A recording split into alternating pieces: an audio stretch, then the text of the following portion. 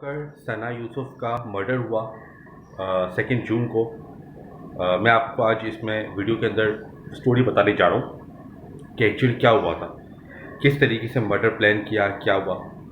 Actually ये था कि 2 तारीख को 2 जून को सना यूसुफ का बर्थडे था और वो जस्ट 17 ईयर्स की हुई थी। 17 ईयर्स की बच्ची थी और उसका बर्थडे था, वो सेलिब्रेट वगैरह कर रही थी।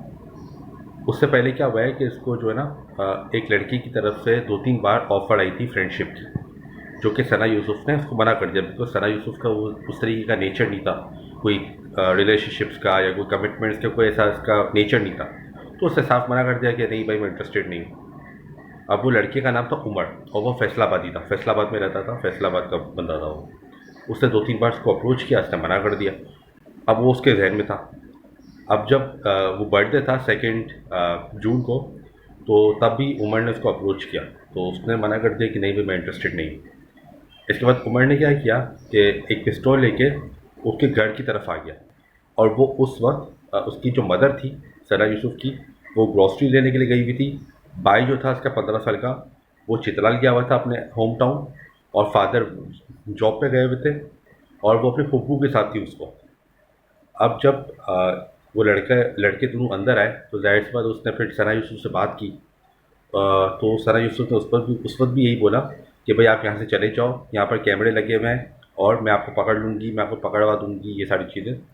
तो थोड़ी बहुत बातचीत हुई और इसके बाद जो है वो लड़कों ने उसको शूट किए, चेस्ट पे डायरेक्ट, सीने पे डायरेक्ट दो दो जो है उसके शॉट मारे, गन शॉट किए। और इसके बाद ऑब्वियस सी बात है कि जब सीने पे गोली लगती है तो बचना बड़ा मुश्किल हो जाता है, तो उसकी उसी वक्त ही जो है डेथ हो गई। ये बात जो उसकी जो गवाही है वो उसकी पप्पू ने दी है, क्योंकि उसकी पप्पू खड़ी हुई थी उस वक्त। पप्पू के साथ तो दुश्मनी थी नहीं, ना इन्होंने पप्पू को मारना था, ये तो आई ही सना यूसुफ के लिए थे, उनको मार दिया और फिर वो भाग गए। अब 20 आवर्स के बाद डीजी इस्लामाबाद ने क्लेम किया कि सस्पेक्ट मिल गए हैं और उनके पास से गन भी निकली है और उनके पास से जो है वो मोबाइल भी निकला है। पप्पू ने जाहिर सी बात है बोला कि आप अगर कोई लेकर आओगे बंदे सामने तो मैं शनाख्त कर लूँगी, दायरे मैंने देखा है, मुझे आइडिया है कौन है आवाज़ वगैरह से, तो मैं पहचान लूँगी।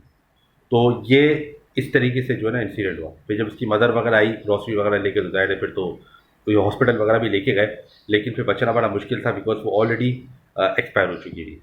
तो इस तरीके से जो है ना इसका प्लान किया गया, इसका मर्डर। और ये भी बात की जा रही है कि काफ़ी देर तक जो है सस्पेक्ट तकरीबन कुछ घंटों तक जो है इसी घर के बाहर खड़ा हुआ था। वो मुआयना कर रहा था कि कब जाना चाहिए अंदर, कब उसको हिट करना चाहिए, कब हमला करना चाहिए, कब जो है वो फायर करना चाहिए। तो वो प्लानिंग कर रहा था, तो वो काफ़ी देर तक बाहर भी खड़ा हुआ था। तो जो भी हो, बहुत अनफोर्सिंग जो है वाक़या है, बहुत गलत वाक़या है, ह्यूमैनिटी के अगेंस्ट वाक़या है, इसको कंडेम करना चाहिए।